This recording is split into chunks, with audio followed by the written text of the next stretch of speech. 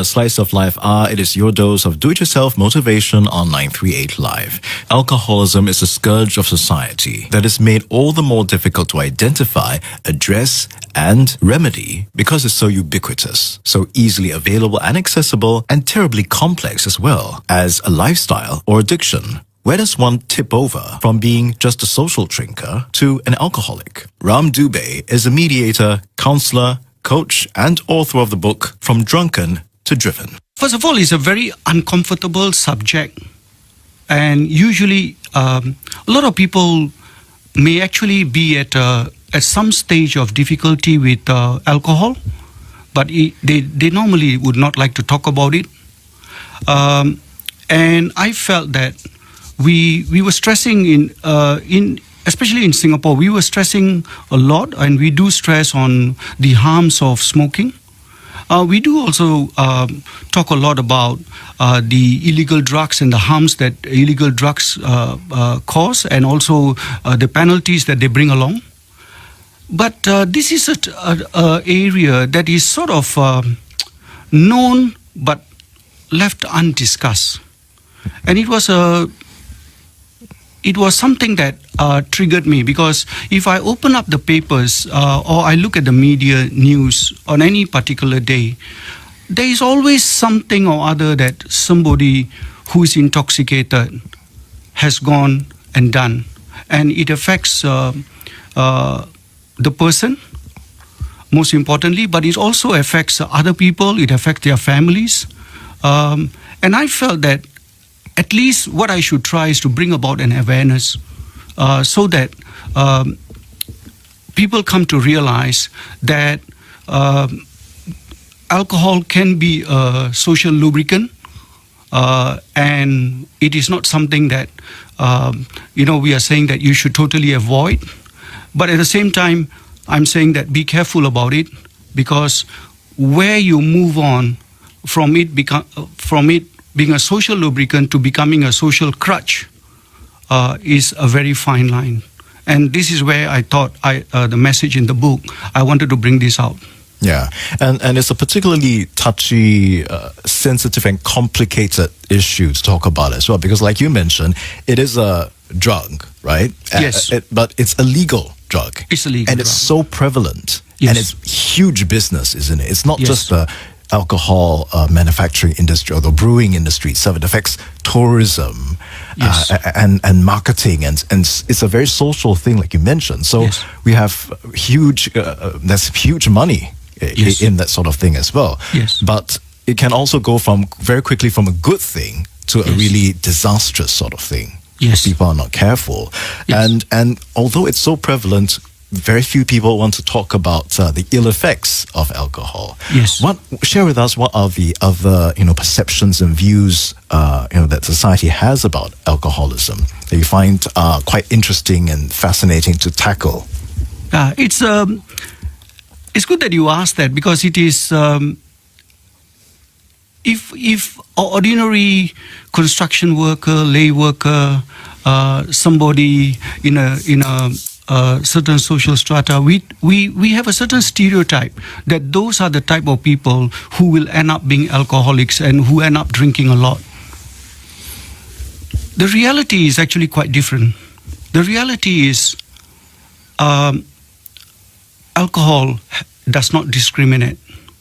It does not discriminate between ethnicity, so you could be of any race, any religion, any age, any sex, any social class group, and it will still affect you. Yeah, and it's so accessible as well. Yes. Right?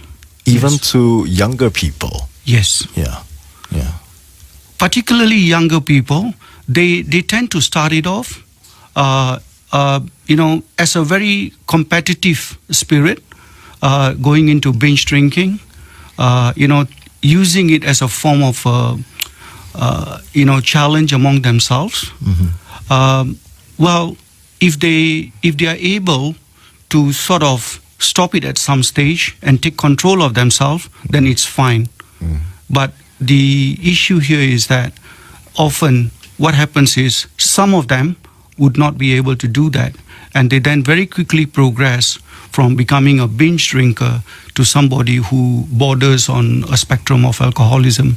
Yeah, and it's all the more insidious as well because alcohol is usually associated, like you mentioned, with good times, with celebrations, and unlike smoking, which in recent years actually has, in the media, people have started to actually shun it, right, or to get rid of images of smoking. Drinking is still seen as something that is very commonly done. Yes. And it's not just celebratory drinking. Yes. The stereotype also is that you drown your sorrows in alcohol, right? So when you're upset, you get dumped, or something happens, you lose your job or something, you lose a contract, straight to the bar you go. So people come to associate, solving problems, feeling better about problems with having a drink.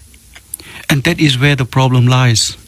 Because alcohol is, I would say, an imposter. It's a friend who actually is quite a cheat. Because what it does is, in the initial stages, it gives you the feeling that it's actually helping you. It makes you feel that you are being relaxed, your problems seems to be going away, but it is slowly leading you through a trap, and it then begins stealing from you. First of all, it starts off by stealing your time.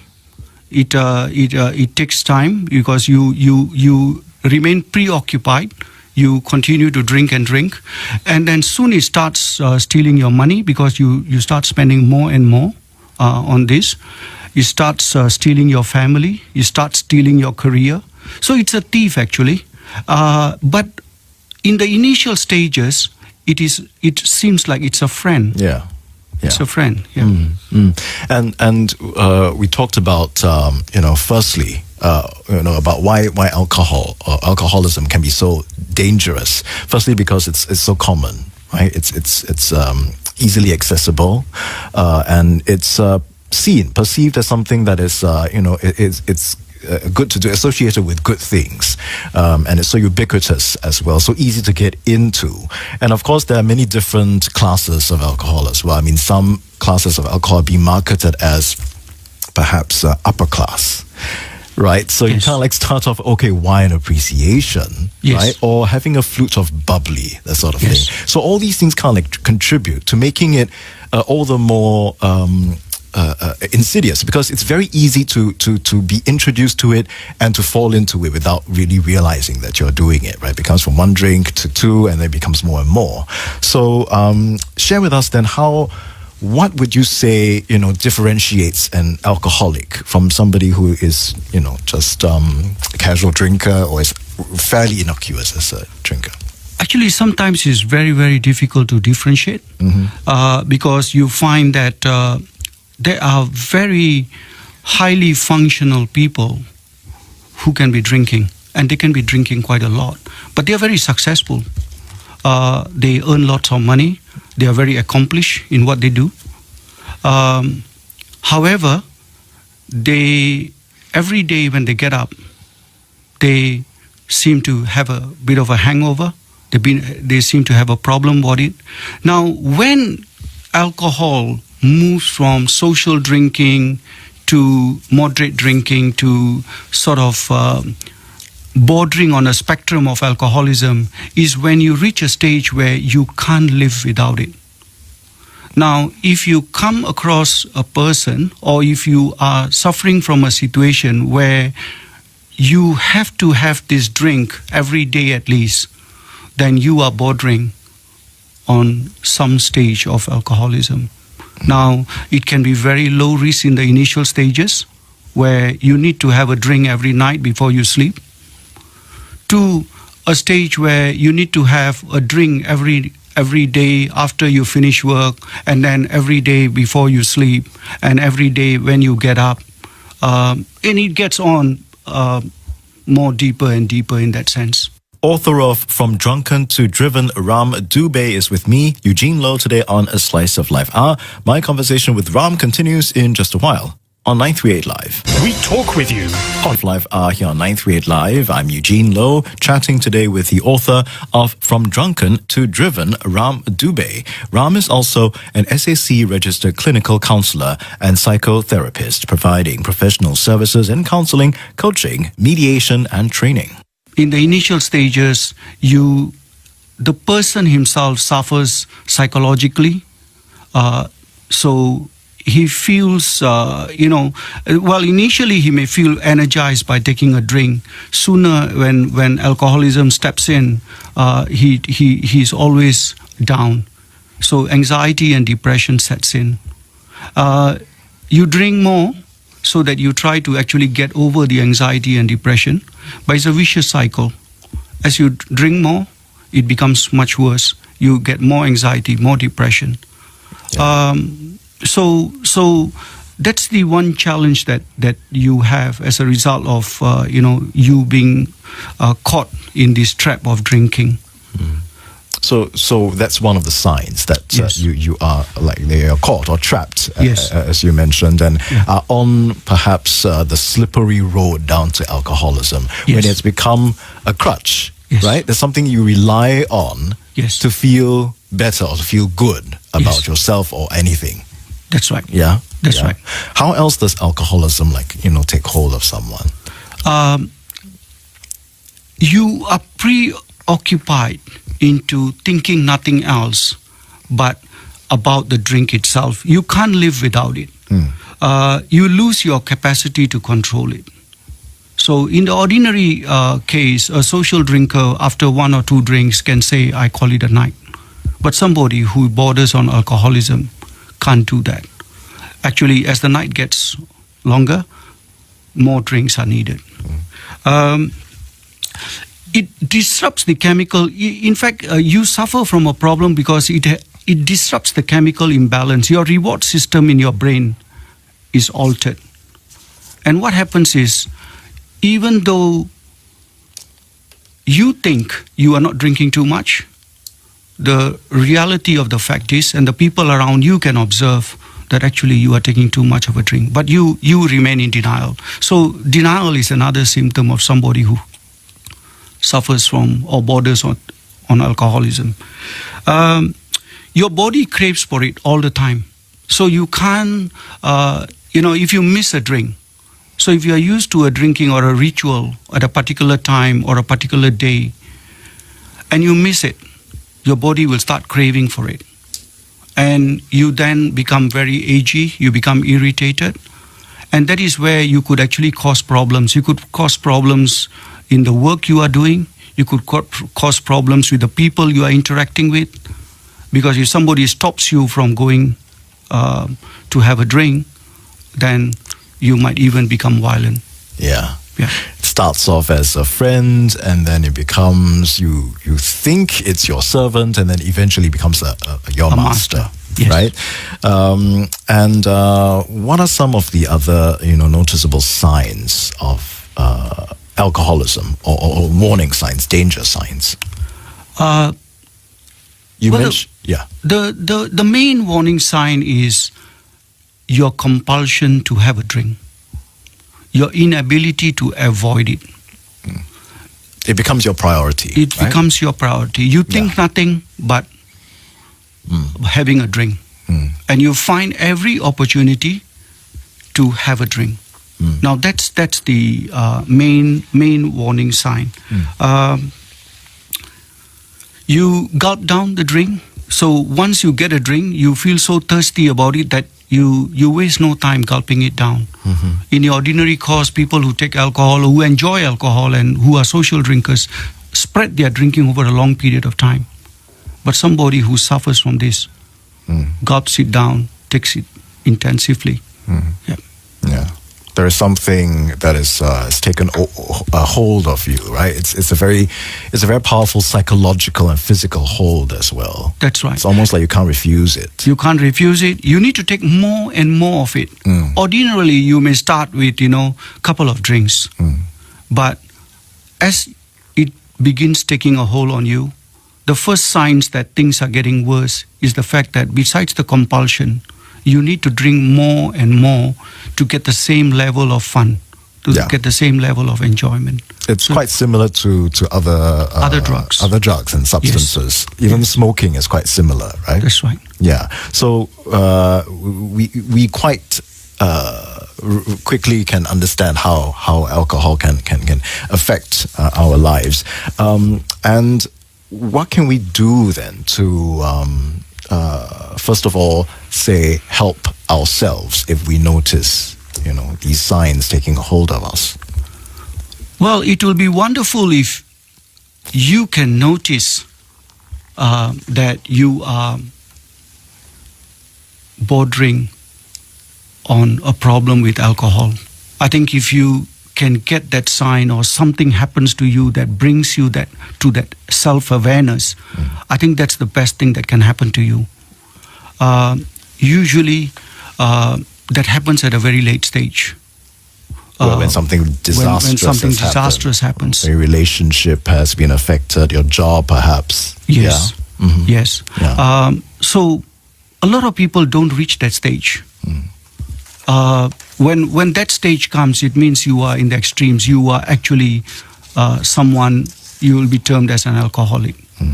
And in your book, you deal with a whole gamut of issues that involve alcoholism. So it's very comprehensive as well. Yes. But would you say what are the main messages you would like to convey via your book? Yeah. Who is your target audience or reader in a sense? The target audience for my book is basically anyone who is drinking. They should have a read of this book, so at least that they become aware that what could be the potential consequences if their drinking does not remain controlled. That's the first thing, the first target audience. The other target audience is people who border on this problem, who think that they have a problem. If they have that self-awareness and they can pick up this book and read, this book will give them insights as to what sort of help they have for themselves. There is plenty of help available there, and the book is written purely with the aim that people go get help.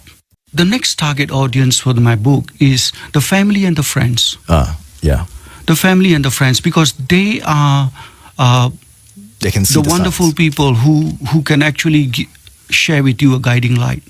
And in my book, actually, I share a story. I share a story of somebody who actually is bordering on alcoholism. And basically, it is the girlfriend who actually prompts him that, hey, something is wrong with you. You are losing, you are not going to work regularly. You're going late to work. You are almost going to lose your job. In the book also, I highlight some of your colleagues might even help you. When they say some things or they do some things. Like, for example, in the book, I highlight the case of the HR manager calling this person up, this character called Sunny, and sort of giving him a pep talk to say that, he has been absenting himself and he has been coming late to office for quite a long time. So these are self-awareness signs. You pick that up. In fact, the girlfriend suggests that he goes and sees a counselor. The HR manager suggests that you see a counselor. So people start telling you to do something. Initially, you may not really follow their advice because you want to follow their advice. You may just want to try to go and see someone because you want a reassurance that actually there is no problem with you. And this is what exactly Sunny does. He goes to see a counselor. He wants a reassurance from the counselor that actually there is no problem with him. But the fact is he went. Yeah. And he went because the girlfriend urged him to go. Yeah. And that was the start. So it's a multi-pronged sort of thing. It is a many different approaches to it. The important thing, I think, is to have that awareness. Yes. Right? And the willingness to actually accept that, something is going on. Because I think the problem with, I think, most addicts or junkies, alcoholics, they don't even see it as a problem. right? So the first step is actually seeing as something, there is an issue, maybe I should learn more about it, maybe I should talk to someone about it. And if you are a loved one or someone within the social community of that person, there are plenty of things you can do as well. Like you mentioned, you can use, if you're the girlfriend, you can use a bit of the pressure tactic, right? Yes. Yes. Withhold certain things or whatever. Yes. You can, as a loved one, also you can perhaps, during events, not suggest having a beer or something. So many different ways you can think about, like, not suggesting to that person. Because suggestion is very powerful to that person, right? The moment the person sees a drink, someone drinking something, the craving will start again. So what other ways can, a person who is suffering from some level of alcoholism try to, reduce it? That's the first step, right? Just cut down and eventually, maybe bring it to a more manageable level. Well, it's interesting because cutting it down all on your own is something that I would say needs to be taken with caution. You obviously, if you sense that you having a problem, or your family senses you have a problem, or friends sense, then the first thing you should do is to see a doctor. You should get some medical help because then you will be supervised. The doctor would first, because when you are bordering on this, two things will happen. If you try to stop your drinks, you will suddenly get into an anxiety or into a depressive state, and the doctor will be able to manage that. He will then be able to refer you to a counselor. And the counselor comes into play because he helps you to identify. Nobody goes into alcoholism because they want to go into alcoholism. It is a slow process, and something is happening in their lives that is driving them to take this alcohol regularly. Because nobody in their sane sense wants to do this. Nobody wants to destroy their life. So the counselor helps them to unravel what's actually going on in their lives so that they can at least see their perspective. But that's not all. Seeing the doctor, seeing a counselor is not going to solve your problem, because alcohol has basically destroyed all aspects of your life. It has just destroyed your physical health. And that's where in my book I use a term, an acronym, which is called SPERM model. The SPERM model. And basically what I'm trying to say, the S stands for you connecting with yourself. Because what happens with alcohol is you no longer look after yourself. Your self-care is gone. So the spiritual health, or the health where you look after your own self, becomes very important. So the first thing is your spiritual health. Then your body, because you drink so much, you tend to oversleep, or you sleep too little, or you tend to overeat, or eat too little. You got all these problems. So you need to bring your physical health together. You also need to bring your emotional health together. You are running on a roller coaster ride. Suddenly you feel shame and guilt. You have been over drinking the previous night. You have missed a day's function, and you feel there is a lot of shame, a lot of guilt. People say all kind of things for you. You try to shy away from people. You become lonely. So you have to learn to manage the emotional health. And then you need to, your relationships are all crushed. Once you are in bordering on alcohol, you go into fights, you go into violence. The people who love you most are the people who suffer most, your family, your friends. You tend to be abusive with them and they try to stop you drinking. So you need to rebuild. You need to grow back. You need to find new friends. You need to throw away these friends who egg you on to drink. Because there are a lot of people who suffer because there is a community of friends out there who just deceive them into thinking that they are actually doing the right thing by enjoying their drinks and excessively drinking. They are not helping them either. So you need to get out of these friends and find new friends. You need to build up your relationship. And finally, your mental health has gone bonkers. because you are drinking so much. Your brain waves have been rewired. It has been made to make you drink as much as you want. You need to go back to relearning certain things, going back to look after your mind, do some reading, do some writing, learn something new. So it is not like you can just do one thing, that is abstain, because if you just abstain and you don't do any of the other things, what happens is you get an alcohol deprivation effect. All it does is it becomes like a coiled up snake waiting to attack at the next time. So that's the danger you put yourself in. So you can't just deprive yourself of alcohol by becoming sober and abstaining without getting proper medical help, without seeing a counselor, without following the 5 steps of the SPRM model. You have to understand quite comprehensively all of the different issues that alcohol affects you in your life, and then be aware of what it does, why it does it, and how you can actually manage it, right? So you're not like caught unawares, because like you mentioned, a lot of people, I suppose, whatever thing you're dealing with, you think by cutting it off, that's going to solve the problem, but then you don't think about all the other issues that come in.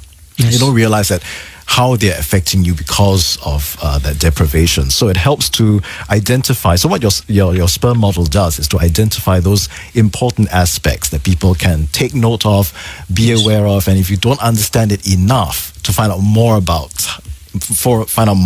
it.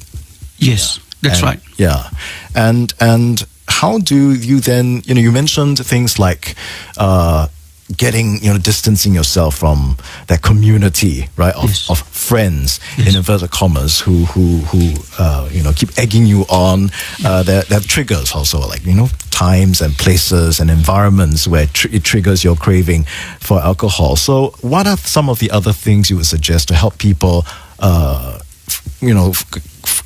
prevent themselves from slipping back into those practices? One of the things is, first of all, I think it is very easy to say that you pull off from your friends, drinking friends, and find new friends. But I think there are wonderful opportunities, especially in Singapore, for example. There are wonderful opportunities for people to do that. Go join a club, of book readers, right? Or go do all activities where alcohol is not involved. Yeah. Pick up a game. Where alcohol is not involved. Go and do some volunteer work with organizations that, alcohol is not involved. Do community work. Do things that you ordinarily, because of your drinking, you have mixed around with people and you just are being egged on into drinking. Do something where people are not going to drink, and they are not going to encourage you to drink. So I think you need to do that for at least a fair amount of time, so that your body gets accustomed to your sobriety and your abstinence. Mediator, counselor, coach, and author of the book From Drunken to Driven, Ram Dubey is with me, Eugene Loh, today on A Slice of Life Hour, giving us our dose of do-it-yourself motivation today. More with Ram and me in just a while here on 938 Live, A Slice of Life Hour. The news. Dubey, he is a mediator, counselor, and coach, specializing in individual and family services. He's also author of the book From Drunken to Driven. One of the things that you must do in order to abstain and remain sober for life is that you must rebuild a very good support network. You need to build a good support of family and friends who can actually pull you out when you are on a craving or on an urge to have the drink. What else? What else can people do? Well, create a healthy schedule for yourself. Build a schedule for yourself. So if you are used to every day after your work going to the pub, then try to have a schedule where now you are going to the gym after work. So rework your schedules. A lot of people live with the preconception that their career will suffer because they don't drink. But on hindsight, their career will suffer if they continue to take a drink. So I think the problem with bordering on alcohol is that once you hit a stage where you are into it, you are in alcoholism, then there is no choice but for you to learn to abstain. And learning to abstain is not going to be easy. It's a painful effect. A lot of people think that, hey, I can take a magic pill and I can stop drinking. Unfortunately, it takes time to get into the stage you are.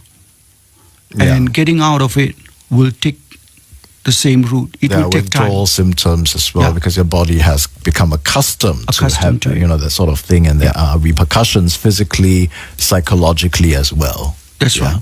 Yeah. So you need to rework, and that's why I designed the acronym as the SPERM model. Basically, SPERM gives you new life, and I'm saying you have to go on and get a new life. Yeah. And a new life means looking after yourself, your self-care, looking after your physical health, your emotional health, your relational health, and your mental health. And seek help, whatever form it is. I mean, these days, you can talk to a lot of people. There's so much help available, right? Speak to a counsellor, read a book, your book. Yep. Yeah.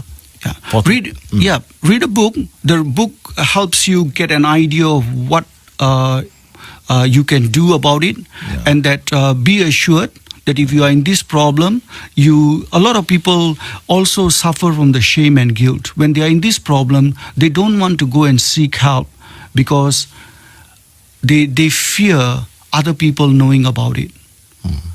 They fear that there is a stigma attached to it. But the fact is, if you become deeply an alcoholic, that stigma will get worse anyway. So it's better to pull yourself out of the rut when it's early. And you don't have to wait until you are in the extremes of your alcoholism to actually go help. The moment you realize you are drinking a little bit too much, you are not able to sleep well, when you get up in the morning, you are starting to think about drinks, then those are the warning signs. It tells you that there is a problem with you and you should go and get some help. And you are perfectly right, Eugene, in saying that it is not just as simple as staying away. You need to go see a doctor, see a mental health professional. There are counselors, there are other mental health professionals who can help you. But other than that, rework your life. Yeah, because when it comes to an issue like this, it's very complicated. There are many different factors, many different layers and issues involved. And what this book does for you as well is to illuminate all of these, different stages and different issues and factors that are involved. So you actually kind of like know what's in store. And I think it's important when you're dealing with any sort of challenge or problem is to gain more knowledge about it. The more you know about something, the better you are equipped at, dealing with it and managing it. Yes. And you said it right, because I would say that another audience that deserves to read this book is parents. Parents, also tertiary students. Yeah. Because, it just builds an awareness among them that, hey, there is this problem that could come about if I'm not careful. Yeah. A lot of parents drink in front of the children. A lot of parents keep a lot of liquor at home. Well, when you are doing that, you need to be mindful what can be the consequences. And this book helps you to understand that, hey, alcohol, while it may look innocent, can be disastrous if you are not careful about it. Yeah, that's a very important point, right? Because for a lot of people, it starts when you're in that youthful stage, right? That's when you kind of like, you want to try everything. Your friend, you don't want to appear like chicken or whatever it is, right? Yes. Or you deal with your first breakup, so that is when you're most vulnerable, when you're in your youthful, when you're in your younger sort of person. Yes. And that's when you need that sort of knowledge to equip yourself, to arm yourself, so that you know what could happen if you accept that challenge from your buddy, perhaps, to do certain things and repercussions. That's right. I would just like to say that, in summary, that sobriety is a lifetime affair. There is no such thing as you having bordered on alcoholism thinking that after some time you can go back to it again. It's a lifetime affair. You have to learn to enjoy your sobriety and abstinence. You have to learn to rebuild your new life and enjoy your new life. You have to be careful about complacency, because a lot of time people who sort of recover from it become very complacent about it, and they think that they can try their luck again. One drink will not be too bad for them. All that can bring you back very quickly to where you started. So it's a lifetime affair, and I would urge people that, first of all, if they sense they have a problem, don't hesitate to go and seek help. Help is available. They can walk into hospitals in Singapore, clinics, there are doctors, there are many counselors, many mental health professionals who can provide help to them. Go seek the help.